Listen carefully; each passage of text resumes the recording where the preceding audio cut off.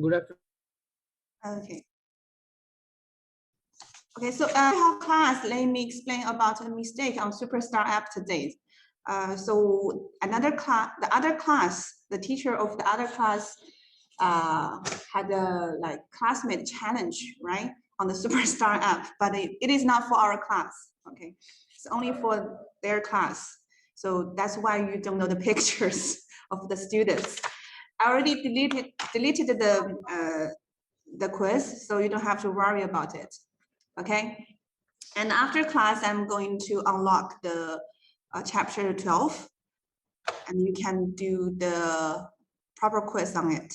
Okay, so today we are going to learn about the education in China, and we are going to talk about the importance, the development in China, and the importance of China of education. So first of all, we are going to talk about the education in China today. So I'm going to explain the system of education in China and some information about the colleges in China. So first of all, let's have a look at this chart. This chart tells us about the education system in China. So you can look at it for a while.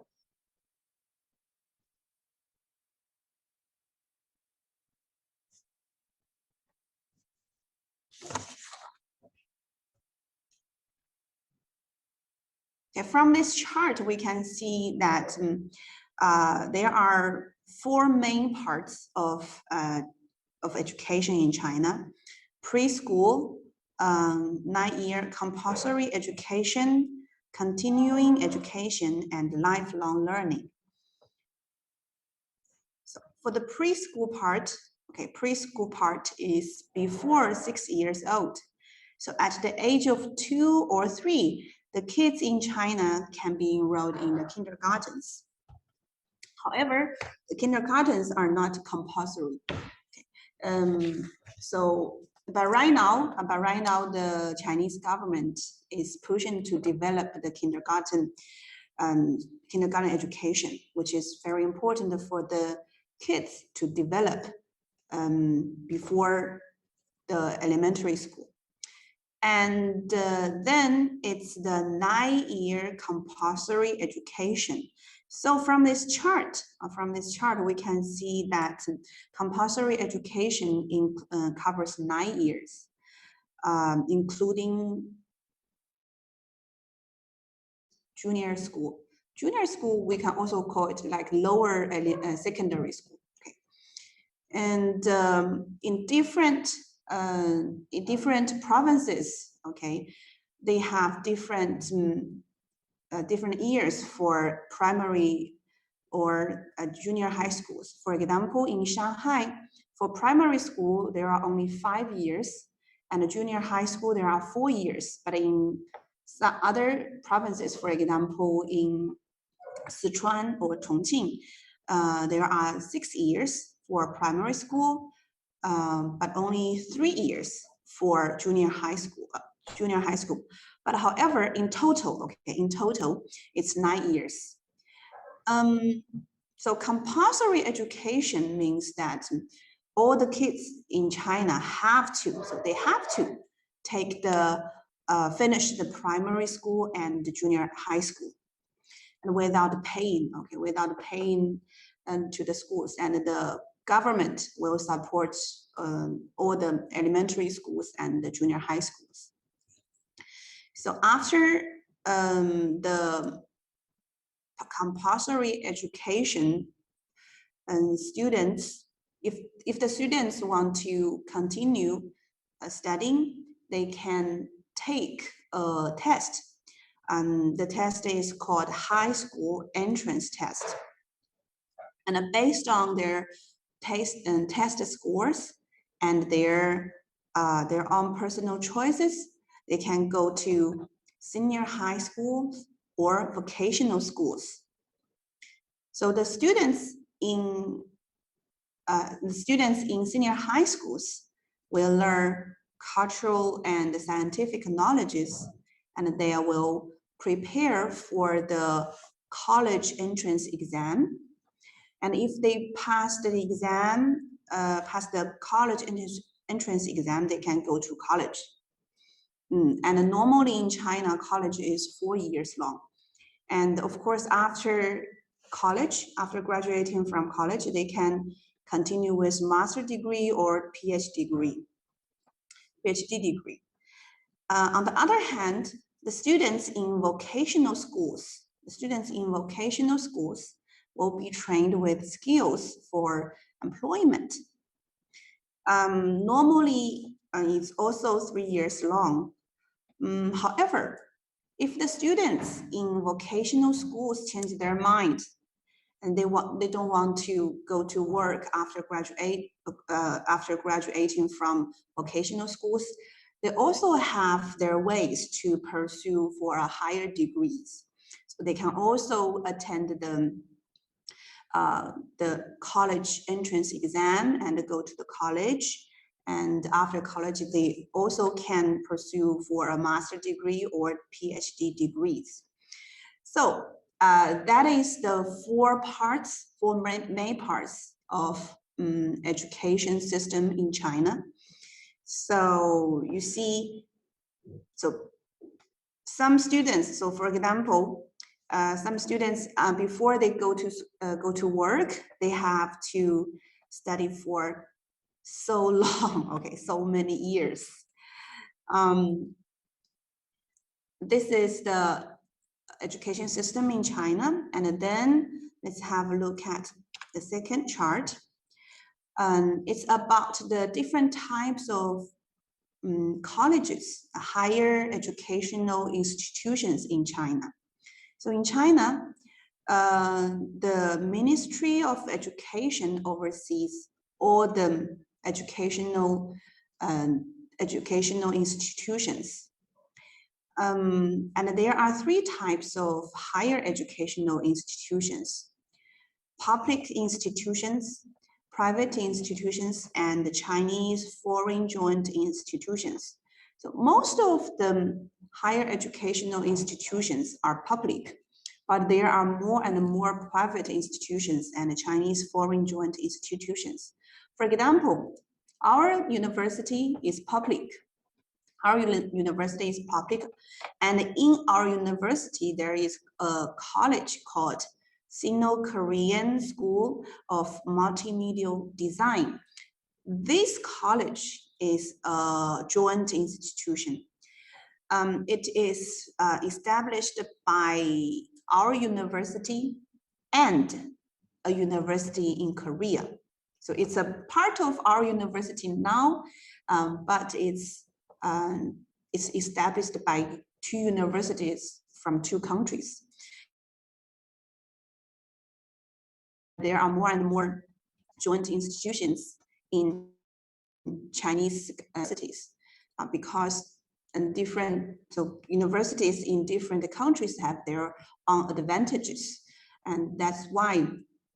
So with the cooperation, so we can learn from each other and improve the quality of the higher education. And this is the three types of higher educational institutions in China. So our university is public, okay? So in the future, if someone asks you about our university, you know that it's public school, public university. And then let's have a look at the map of university in China. However, this map does not include all the universities. Actually, there are,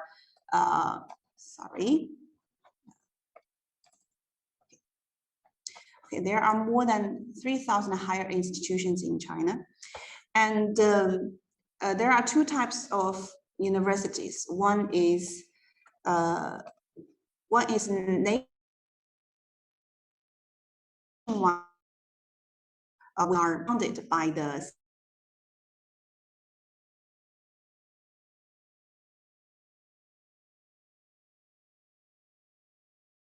government and governments. So let's have a look at the map. Okay, let's have, so in which part, okay, in which part of China have more universities? Which part of China has more universities? North, south, west, or east? So you can share your ideas in the chat box.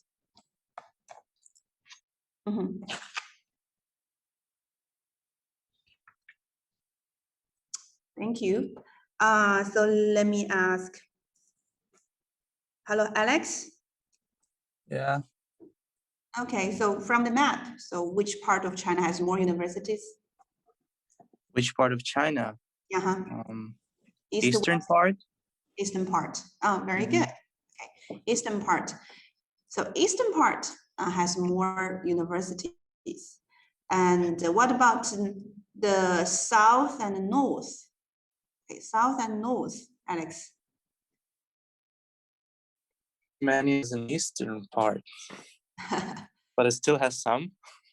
Yeah. So the eastern part of China, so we can say that the eastern part of China and the southern part of China has more universities than that in northern and western part of China.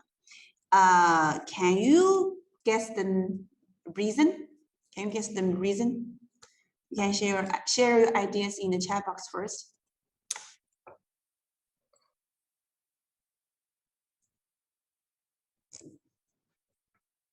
Can you guess the reason why there are more universities in eastern and the southern part of China?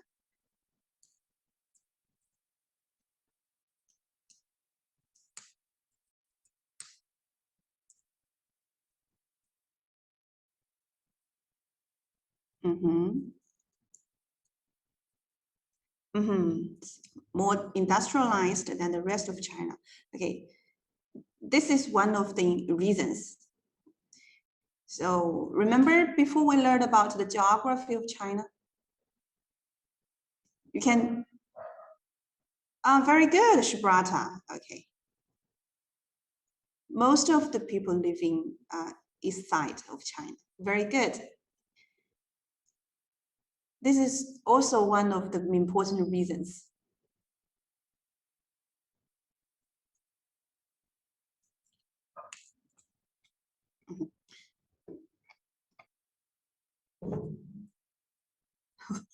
Food are cheap.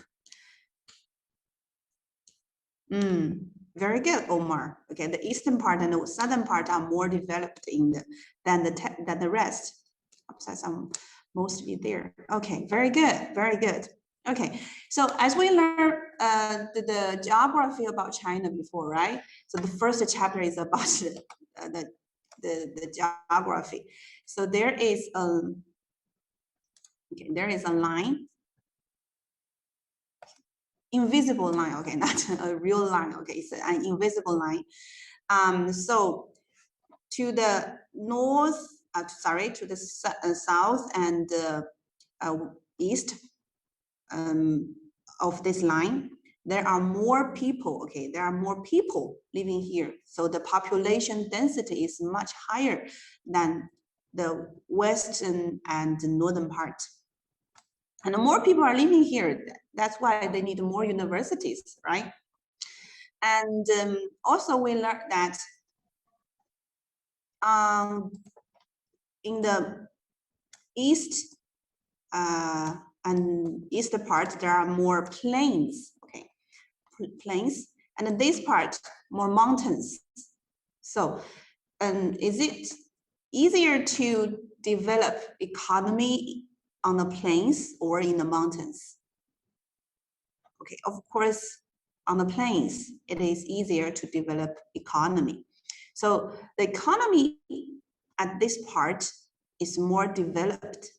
So if the economy is more developed and more people are moving to this part, and if the economy is developed, the government has more money to support the education.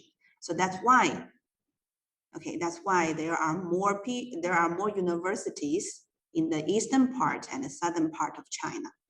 Okay, so the reason behind the difference, the reason behind the difference includes the population density and the economic development. Okay, so let me see, there are more sharing. Job sites are most there, yes, Shubrata. So if there are more people and if the economy is more developed, there will be more job opportunities. And the eastern part is more diversified. Okay, students get benefits from there. Okay, not about the benefits. Okay, it's about the economy and the population density. Okay, so that is the map of the university in China. So for example, in Shanghai only, Shanghai is actually a city, and there are a lot of universities in Shanghai. Okay, so, and then let's have a look at this chart. So as I mentioned that if the students want to go to high school, go to universities, they have to take Gaokao. Gaokao actually is a Chinese word. It means college entrance examination. And the college entrance examination was stored in 1977. And until now, it has passed like 40 years. So we can see the chart. In the past 40 years, more and more students are taking part in the examination, and more students are enrolled in the universities, and the admission rate is rising. So we can see that during the past 40 years, the education in China has achieved a higher development. More and more students are being educated in China, and the higher education is also developed a lot. With the development of education, so education is very important for a country to develop the economy. So we can say that part of the success of the economic development, is contributed by the education. Then let's have a look at a very short video clip to learn about the Chinese most important tests in China and the education system in China. Okay.